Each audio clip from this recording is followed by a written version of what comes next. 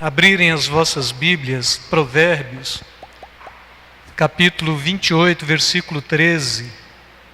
A referência está logo ali,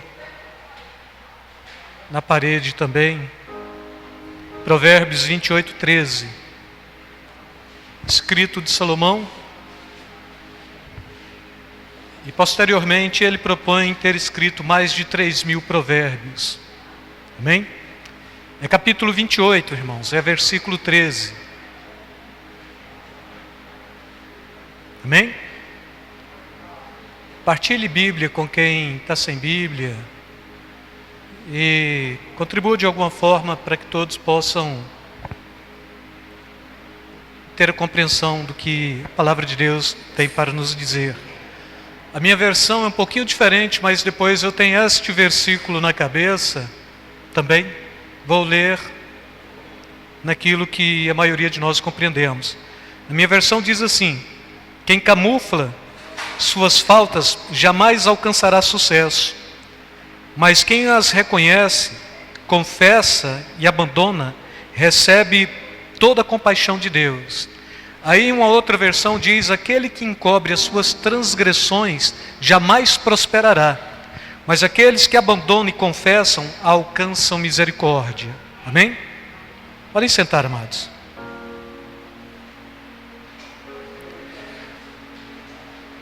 Quando a gente fala de reino de Deus, povo de Deus, gente de Deus, povo santo, nós estamos falando de um povo que tem em si uma compreensão de uma prática chamado de transparência.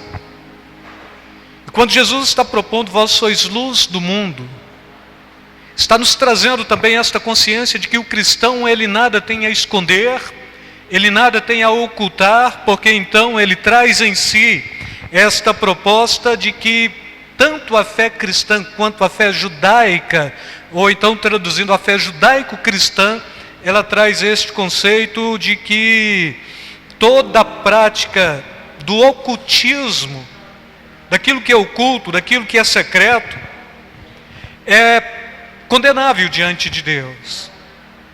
Tudo aquilo que de alguma forma é feito secretamente e não tem disposição para contá-lo, para confessá-lo, e para transmitir a outro, quer seja alguém que pode ajudar, quer seja próprio Deus, nesse conceito, ou neste processo, é alguém que abre janelas na sua própria alma, para que o inimigo adentre na sua vida, para que o inimigo de alguma forma tire proveito de todas as circunstâncias pelas quais você caminha. E quando a Bíblia está falando que aquele que confessa as suas transgressões, aqueles que encobrem as suas transgressões, jamais prosperará, está falando justamente desta consciência que todo cristão, que todo servo, que todo discípulo de Deus tem que ter, porque o ato de ser cristão é um ato de estar confessando as suas culpas, as suas transgressões e as suas iniquidades continuamente, constantemente. É muito comum, irmãos, na vida da comunidade, aquele que encobre transgressões trazer prejuízo. E nós achamos que os nossos erros, as nossas falhas e as nossas transgressões dizem única e exclusivamente a nós.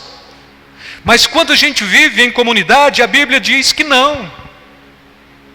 Aquilo que eu oculto, aquilo que o outro membro efetivo na obra de Deus oculta, aquilo que aquele servo que milita no mesmo caminho, no mesmo exército, na mesma militância cristã oculta, é prejuízo pessoal e coletivo. De alguma forma a Bíblia está propondo que eu sou responsável pela integridade do outro, que o outro é responsável por minha integridade também, para que possamos prevalecer. Quando ocultamos, estamos trazendo o que é secreto. Quando ocultamos, estamos praticando aquilo que a gente chama de ocultismo, que é uma prática não só satânica, diabólica, mas também daqueles que trazem para o escuro, para as trevas, o que não se propõe, o que não se diz, o que não pode ser esclarecido. E o ocultismo, ele é uma prática totalmente reprovável para o povo de Deus, para com a igreja, porque de alguma forma, se nós somos este povo da verdade, da transparência, do Deus que se fez carne e habitou no meio de nós, e vimos a sua glória como a glória do unigênito do Pai, temos que ter a certeza e a convicção de que nós também temos que ter esta verdade central e este coração aberto, esta disposição de poder caminhar em santidade, em pureza e em retidão o tempo todo. E não é difícil, porque a nossa condução e condição, ela é espiritual, não é por mim mesmo. O Espírito Santo nos conduz, o Espírito Santo nos esclarece, o Espírito Santo, ele atesta a nossa culpa nas nossas próprias consciências. Então todo cristão consciente do reino de Deus, ele sabe ser acusado e ele sabe se propor diante de Deus para abrir mão ou para tirar todo o aspecto de acusação que pesa sobre si. Não é o homem que acusa, é o próprio Espírito Santo que acusa. E quando tem esta coisa do ocultar, então quebra-se a estrutura do prosperar. E muitos de nós estamos caminhando como se estivéssemos andando numa esteira. Esta esteira que você vai para a academia, você põe ali 6 quilômetros, 7, para pisar nela e caminhar, você caminha 8, 10 quilômetros, alguns de melhor condicionamento cardiovascular, 15, 20, mas você não percebe que você está caminhando, mas não está saindo do lugar. Você está queimando, mas não está saindo do lugar. Não tem um processo, um progresso. Assim é a vida cristã. Você tem que romper, você tem que, de alguma forma, quebrar tudo aquilo que te prende, tudo aquilo que tenta neutralizar a sua condição de ser bem-aventurado, de progredir, de ser próspero. Então, mais uma vez, o que a Bíblia está trazendo é justamente esta consciência que aquele que encobre as suas transgressões jamais prosperará. Biblicamente falando, toda forma de ocultar algo à comunidade do povo de Deus é pecado. Se nós somos povo de Deus, devemos viver uma vida de transparência contínua. Atos dos Apóstolos, no capítulo 5, um casal tenta ocultar algo do povo de Deus, e os dois são sentenciados à morte pelo próprio Espírito Santo e morrem. Para percebermos o quanto é sério, irmãos, esta condição de comunidade que gera unidade, povo de Deus, este povo que tem tudo em comum, que ora juntos, que comem juntos, que celebram juntos. A vida de comunidade é vida como se fosse de um só homem, em plena harmonia. O povo de Israel, quando em plena comunidade e unidade, eles saíam para a guerra, e a Bíblia diz que como um só homem, eles bradavam e o inimigo temia e tremia. Com a igreja não é diferente. Com o povo de Deus não é diferente. No livro de Josué a gente encontra um episódio tanto estranho, até enigmático, porque o povo está para alcançar e conquistar a terra prometida. A terra já está ali. Josué já está comandando o exército do povo de Deus, e vem, e à medida que eles vêm, eles vão atropelando e eles vão eliminando tudo. De repente chega numa cidade. Esta cidade tinha uma característica interessante, ela tinha muralhas de 30 metros de altura, ela permitia na muralha que 2 carros de guerra pudessem caminhar juntos, intransponível, Jericó.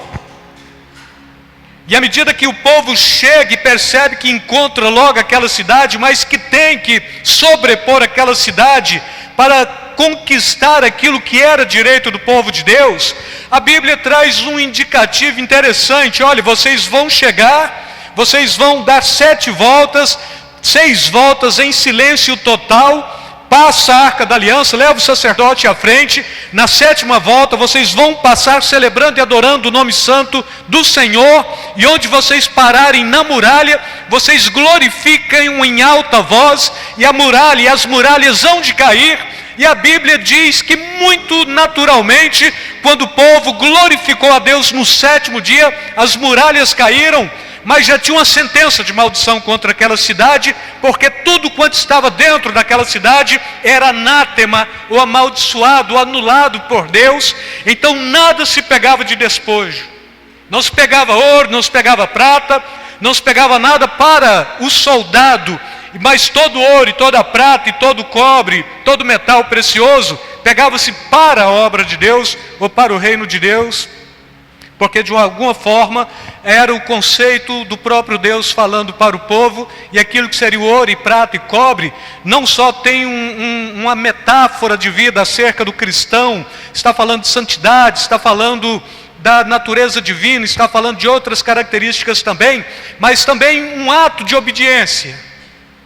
Mas aparece um certo personagem aqui nesta história, que ele não fica muito satisfeito, porque ele olha, a muralha cai, ele grita, e quando o povo louva, a muralha cai, sim, ele entra, ele olha algumas coisas apetecível aos olhos, e a Bíblia diz que ele pega ali uma capa babilônica, ele pega ali alguns quilos de prata, em média de 40 quilos de prata, ele pega ali um lingote de ouro, coisa de 4 quilos de ouro. Então ele pega tudo aquilo, ele oculta, esconde, enterra dentro do arraial do povo de Deus, deixa secretamente guardado ali.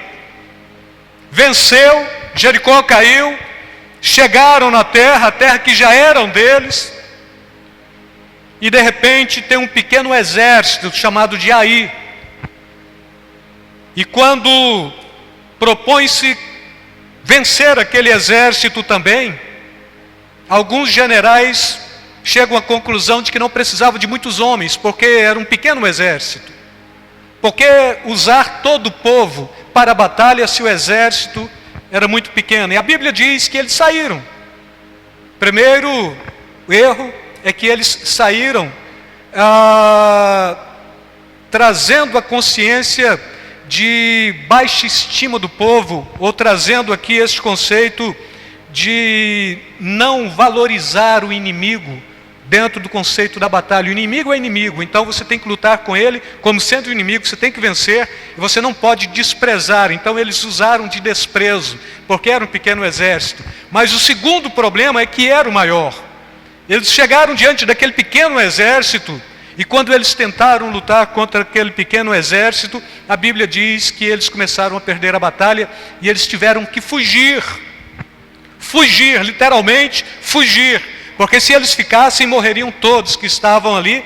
E quando eles chegam de volta ao arraial, ao acampamento do povo de Deus, e vai procurar a causa, por que a gente perdeu para um exército tão pequeno? A resposta de Deus foi muito natural.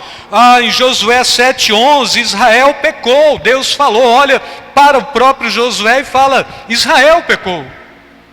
Mas como? Violou a aliança que eu lhe ordenei, apossou-se de coisas consagradas, roubou-as, escondeu-as, e as colocou junto dos seus próprios bens. Aí a gente para e pensa, mas a nação pecou. E Deus traz uma proposta interessante para o próprio Josué e o sumo sacerdote, para que eles pudessem aplicar. Não, sai procurando aí tribo por tribo, família por família, que vocês vão descobrir. E depois de fazer aqui um pente fino, uma formatação da nação todinha, vai encontrar um único homem que pecou. Todos vocês sabem o nome desse homem. Se não porque leu a Bíblia, porque assistiu a novela da Record. Qual o nome dele? Acã. E o que o Acã fez, irmãos? O único homem, o Acã, só ele. Ele pegou aquilo que era anátema, amaldiçoado. Ele trouxe maldição para o arraial. Ele ocultou. Ele usou de ocultismo. Ele tentou tirar proveito de uma situação. Esta nação, ela tinha próximo de 3 milhões de pessoas. Próximo disto. Pecado de um homem, toda a nação, todo o exército, todo o povo de Deus padeceu. Porque o povo estava unido, o povo estava tendo tudo em comum, o povo estava prevalecendo, o povo estava vendo os inimigos caindo por terra. Então o que fazer? A gente avança, a gente prospera, porque nós somos unidos como que um só homem, como um só corpo, e a gente vai, e a gente prevalece, e a gente vence. Mas o único pecado de um único homem trouxe maldição para toda uma congregação, para toda uma comunidade, para todo um arraial, para toda uma nação. E aí a Bíblia ainda está falando sobre isto. Respondeu Acã, Josué, e disse: verdadeiramente pequei contra o Senhor Deus de Israel, e fiz assim e assim. Quando vi entre os despojos uma boa capa babilônica, 200 siclos de prata, e uma cunha de ouro, do peso de 50 siclos, cobicei-os, tomei-os, e eis que estão escondidos na terra, no meio da minha tenda, e a prata por baixo dela. Um único homem. O prosperar de uma igreja, o prosperar de uma nação, está na integridade de um único homem também. Se nós temos tudo em comum, se a nossa proposta é estar aqui para celebrar o nome santo do Senhor, para manifestar a glória de Deus, para anunciar o reino de Deus, o único homem pode pôr tudo a perder. Que não seja nenhum de nós, dos que estão aqui, aquele que vai pôr tudo a perder. Porque se um sofre, todos sofrem. Esta é a dinâmica do corpo. Se um é abençoado, todos são abençoados. Esta é a dinâmica do corpo. A vida da comunidade diz respeito daqueles que têm tudo em comum. A vitória de um só membro da comunidade é vitória de toda a comunidade, mas o fracasso, a derrota ou o pecado de um único indivíduo da comunidade é fracasso, é derrota, é pecado de toda a comunidade. Somos povo de Deus, e a maior característica deste povo é a corresponsabilidade. Eu sou responsável também para com o erro do outro irmão, porque Deus vai cobrar de mim aquilo que Ele fez, porque nós somos um em Cristo Jesus. Ser corresponsável, responsável com Ele, juntamente com Ele. Este é o peso da comunidade. Este é o peso que Deus cobra. Porque Deus também quer abençoar, Deus também quer prosperar todo o povo de Deus pelo benefício de um único. A derrota de um é derrota de todos. O sucesso de um é sucesso de todos. Então a vida da comunidade, ela não pode ser uma vida que traga em si estas características que são reprováveis diante de Deus. Que Deus não permite, porque todo o ocultismo é obra das trevas. Deus é luz. Todo tipo de iniquidade que eu trago dentro de mim, praticado contra alguém, dentro da comunidade ou fora da comunidade, mas é consequência minha, isto traz maldição para o povo de Deus. Um bebe, todos bebem. Um fuma, todos fumam. Um é santo, todos são santos. Um celebra, todos celebram. Um é vitorioso, todos desfrutam da vitória. Por isso que a Bíblia está falando que você deve chorar com os que choram e se alegrar com os que se alegram. A responsabilidade é comunitária. É certo que poucos pagam preço por muitos, mas todos são abençoados por aquela gleba pequena de gente que paga preço pelos demais. É injusto alguém trazer qualquer tipo de ocultismo, de prática profana, nefasta, e que Deus condena para o meio da comunidade, porque isso diz respeito ao interferir na vida e na santidade de toda a comunidade. Na reunião última de obreiros, o último irmão que falou, ele falou em alto e bom tom. Esta igreja é muito mal falada por todos, porque conhece as mazelas que praticaram aqui. Me veio à mente perguntar: fui eu? Foi você? Foi alguns dos obreiros? Mas como eu já queria encerrar, eu falei amém. E nós não podemos permitir isto.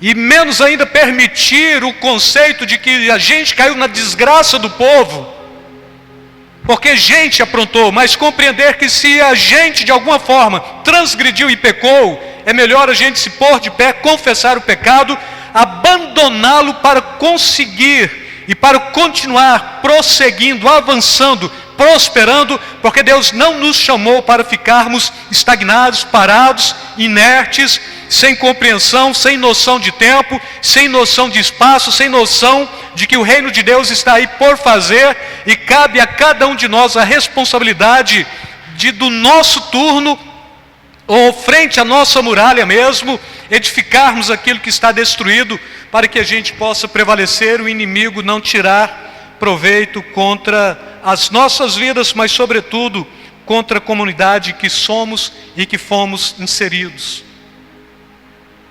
Kalhal é o termo comunidade no Velho Testamento. Koinonia é o termo comunidade no Novo Testamento. Está falando de ajuntamento de povo, de gente que celebra, que adora e que traz a manifestação da glória de Deus para que todos possam perceber notoriamente. A igreja de Atos, ela é uma igreja estritamente unida.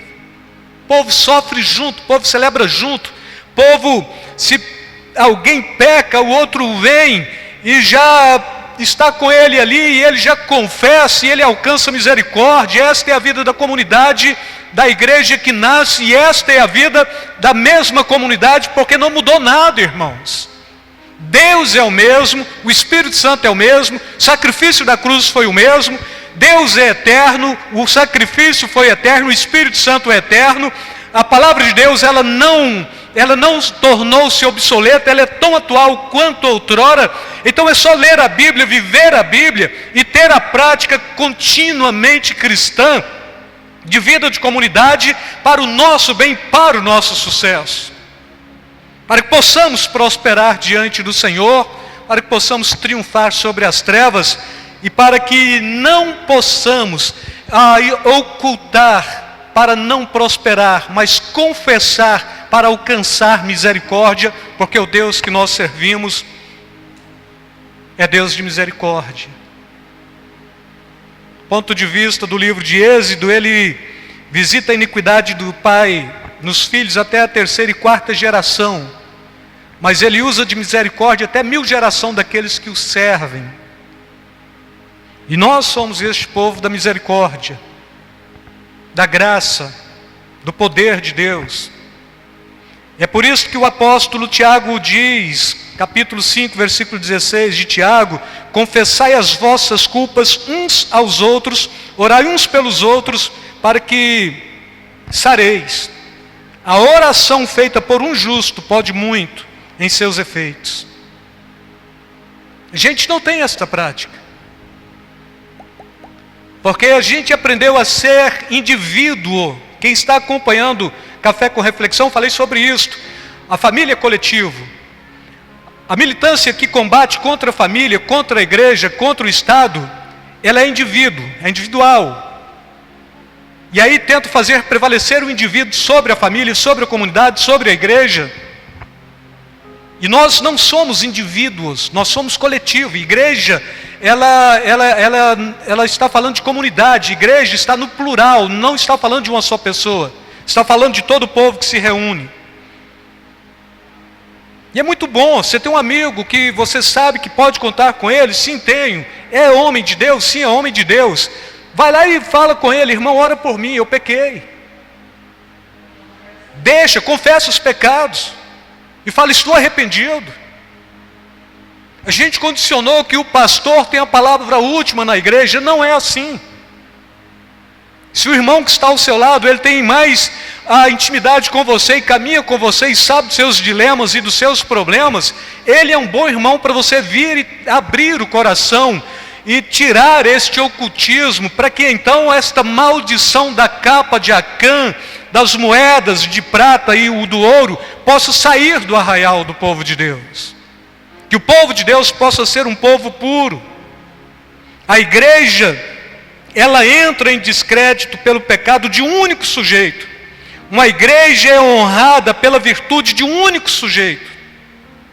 O descrédito vem por um único. A honra vem por um único também. Será que estamos desacreditando ou honrando o corpo de Cristo? Qual é o seu processo no crescimento da igreja? Me vem à mente que a gente cantou aqui da oração que eu não fiz, que um dos pecados que Deus cobra sempre da igreja e do irmão em particular é o pecado de negligência. Você tem tempo para orar, você não ora. Você tem tempo para interceder por um irmão, você não intercede. Você tem tempo para ler a Bíblia, você não lê a Bíblia. Você tem tempo para consagrar a sua vida, você não consagra a sua vida. E depois chega na igreja e quer estar na dimensão de todos. Você tem tempo para as quartas-feiras vir orar, você não vem. Tudo isto é omissão. E tudo isto quebra o vínculo, quebra a comunhão, quebra esta unidade que o Espírito Santo traz para o seu povo, traz para a igreja. Estão entendendo? Então tente compreender: uma igreja é honrada, ou uma igreja, ela é desacreditada. Depende da transgressão de um e da virtude do outro. E se nós não temos base para transgredir, por que não crescer?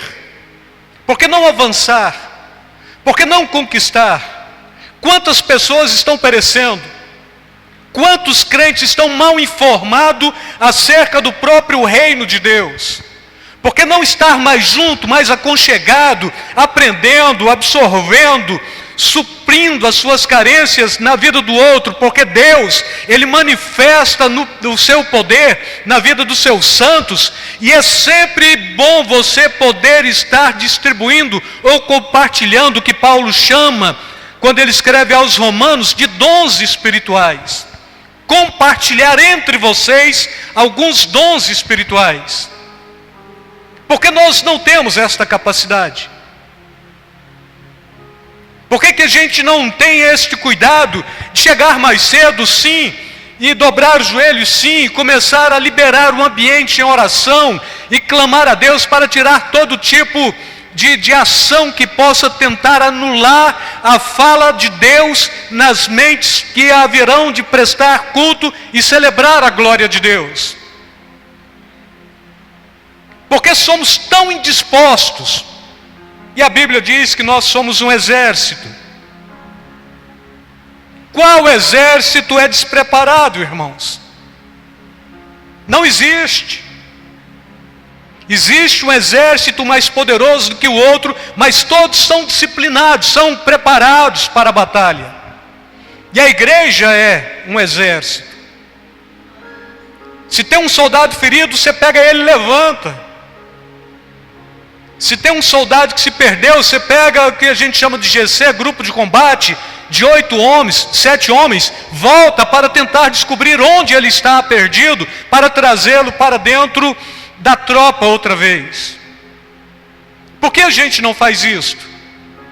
Porque a gente tem facilidade de acusar, de apontar, de mostrar erros, mas tem facilidade para fazer isso, mas tem muita dificuldade de querer transformar a sua própria vida. Eu acho que domingo eu falei que o erro está nos olhos de quem vê.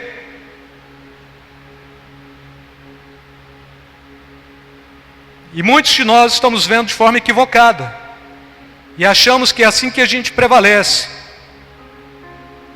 A graça, para a desgraça, irmãos, é simplesmente um movimento, uma pequena atitude.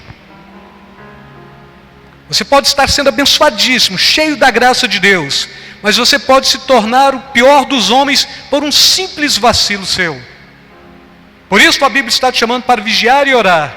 Por isso a Bíblia está falando que aquele que encobre as suas transgressões jamais prospera. Mas quem confessa e abandona alcança misericórdia. Nós não somos mais uma geração daqueles que se prostram de joelho perante Deus. Antes de começar a orar, já começa a pedir perdão. Perdoa os meus pecados, perdoa as minhas iniquidades, perdoa as minhas transgressões, purifica o meu coração, limpa a minha alma, para depois começar a oferecer louvor. A gente já chega, atropela tudo, já chega e celebra. Estou adorando, sei que Deus está aceitando, porque está fazendo barulho. E quem diz que Deus é surdo?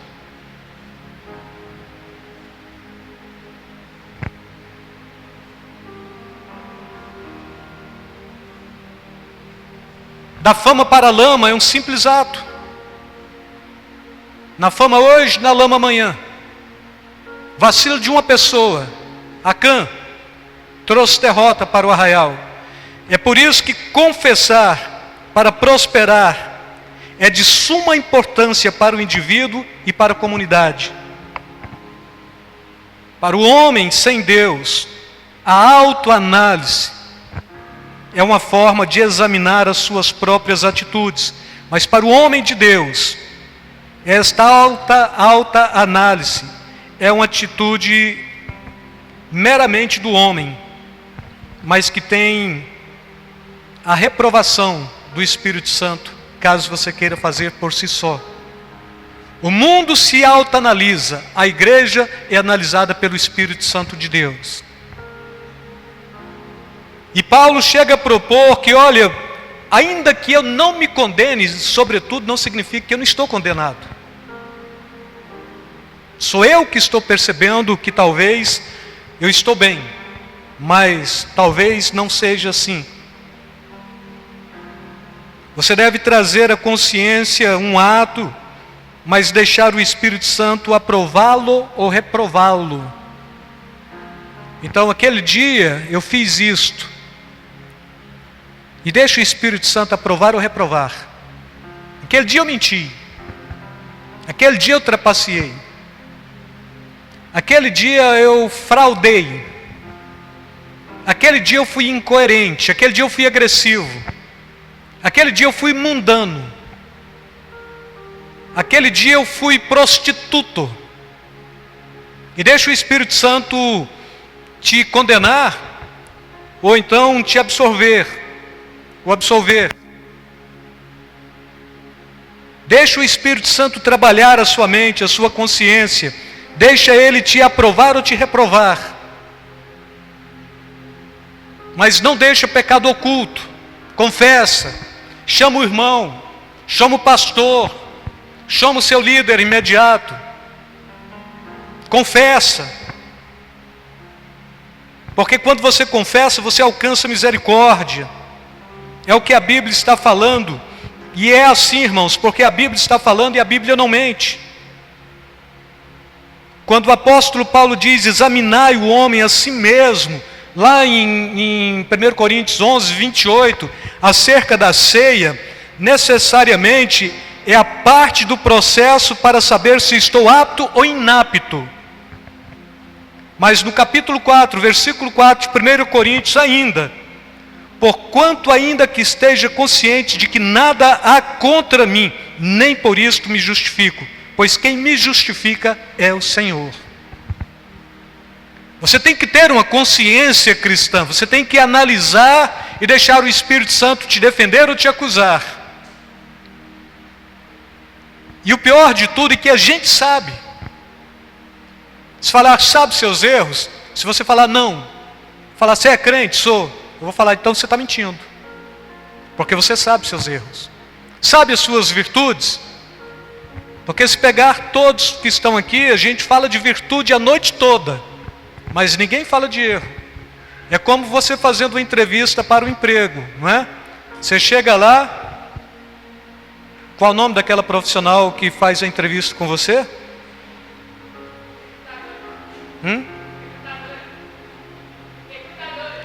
Recrutadora, mas tem outro nome também.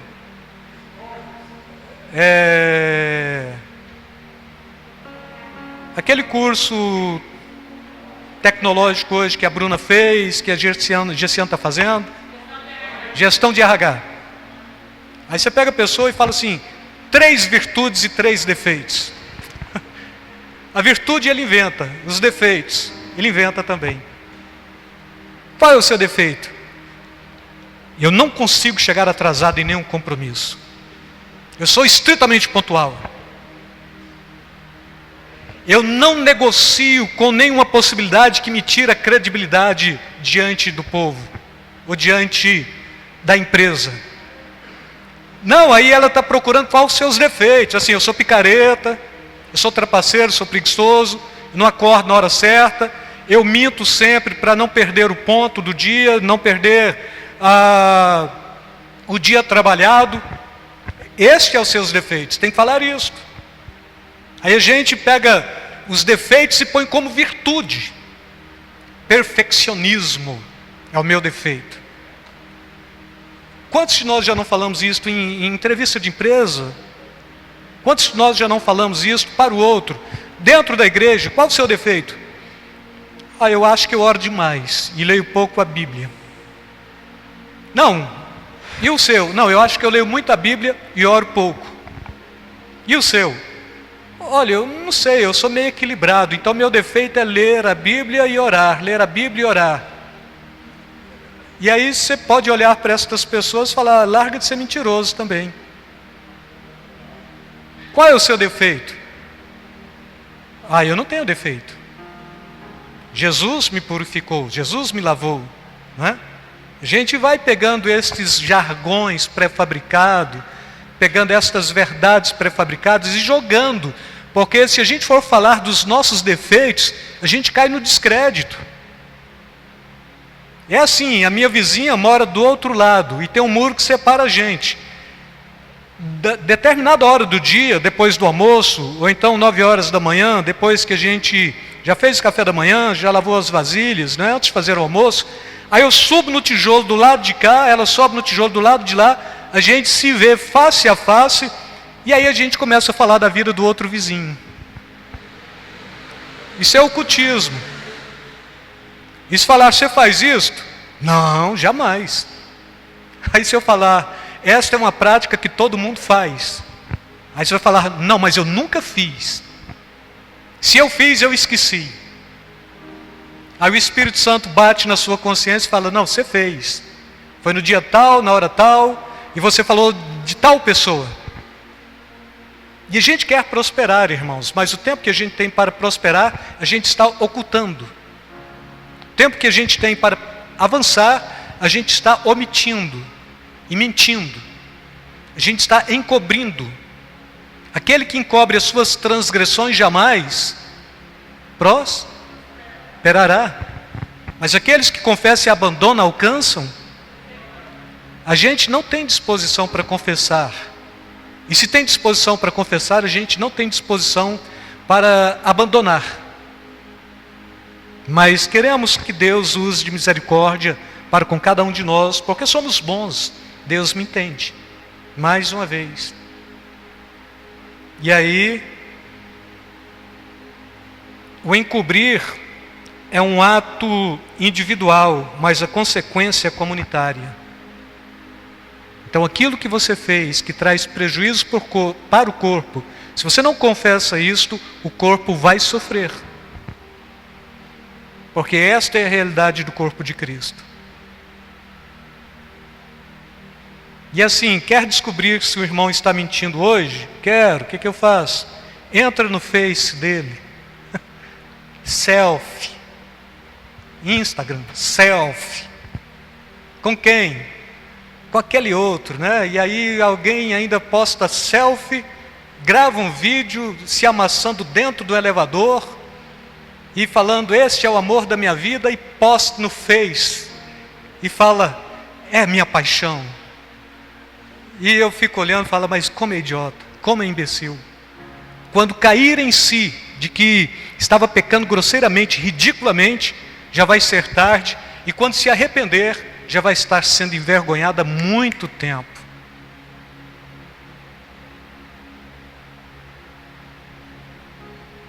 Indo para o Ateneu, tinha uma picapezinha do Corcel 2, não sei o nome mais,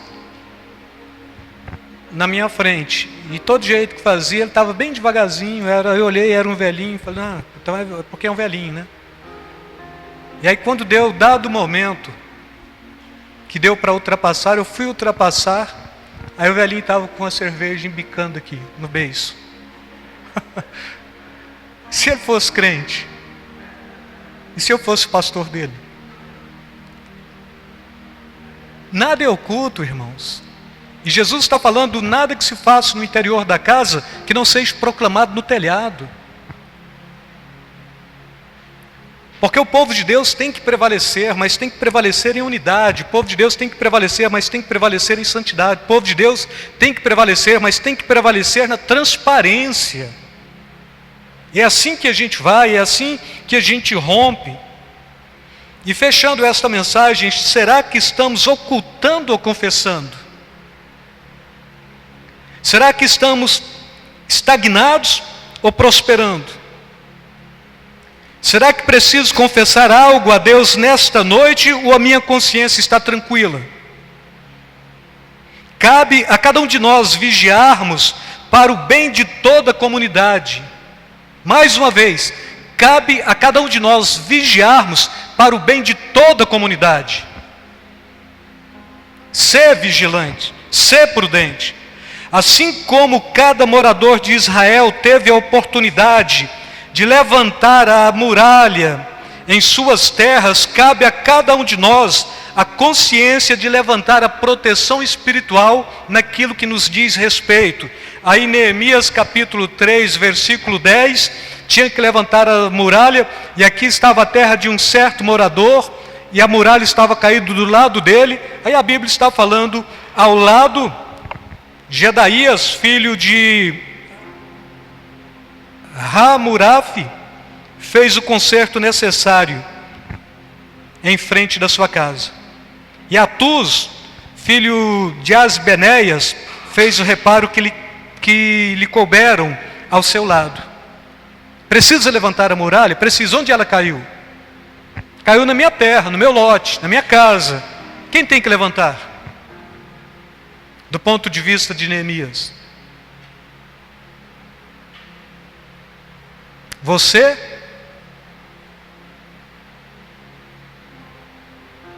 Será? Vocês entenderam? Muralha, templo está feito, mas o povo tem dificuldade para adorar, porque todas as vezes que vai adorar, os inimigos vêm, atravessa a muralha, impede. Construir a muralha, então, templo para adoração, muralha para proteção. O povo que estava dentro estava protegido. E agora, o que a gente faz? A gente levanta a muralha. Neemias tomou frente nisso e falou, vamos levantar. Aquilo que era público, ele veio e levantou, e saiu levantando, levantando. Bom, mas a muralha está caída no fundo da casa do João. João, levanta a muralha aí, porque está no fundo da sua casa. É a sua terra, é o seu oikos. Oikos, grego, é casa. Casa, está falando, é o seu lugar de proteção, é onde você está com a sua família. Levanta a muralha aí. João levanta. Bom, e o Zé? Está faltando um muro aqui do lado, está dentro do lote dele. Zé, levanta do seu lado. E o Zé levanta, é o que a Bíblia está falando. 52 dias, a muralha totalmente levantada, povo totalmente protegido, pegou todos os sanguessugas que estavam ali morando no templo, desfrutando de tudo aquilo que os sacerdotes comiam e tinha de privilégios. o próprio Neemias, ele chama o Esdras, Esdras lê novamente a lei, pega aqueles picaretas, joga tudo fora da muralha, o povo de Deus está dentro da muralha, está guardado, pode adorar, pode celebrar, não tem problema, o inimigo não vai entrar, mas desde que você não esconda uma capa dentro da sua casa, que seja de alto preço, não esconda prata, não esconda ouro, porque senão todo o povo de Deus vai sofrer. É isso que a Bíblia está falando, e é nisto que nós nos firmamos. Por isso, irmãos, o que encobre as suas transgressões jamais prosperará. E aquele que confessa e abandona alcança misericórdia. Se você for pegar de Salomão escrevendo isso daqui, e remontando lá para trás, quando chega no pecado de Acã, talvez ele está falando de quatro séculos. Mas ele tinha aquilo fresco na mente. O Acã pecou, o povo não prosperou. Quando descobriu o pecado de Acã, tirou tudo, queimou a casa, matou a família, matou o gado, o povo avançou. Bom, mas e se eu confessar eu vou morrer? Vai. Quem vai jogar a primeira pedra? Não, você vai morrer na carne. Porque a graça te dá esse privilégio, você mortificar a sua carne para continuar sendo santo do Senhor, mas perdendo a síndrome do Acã. Amém?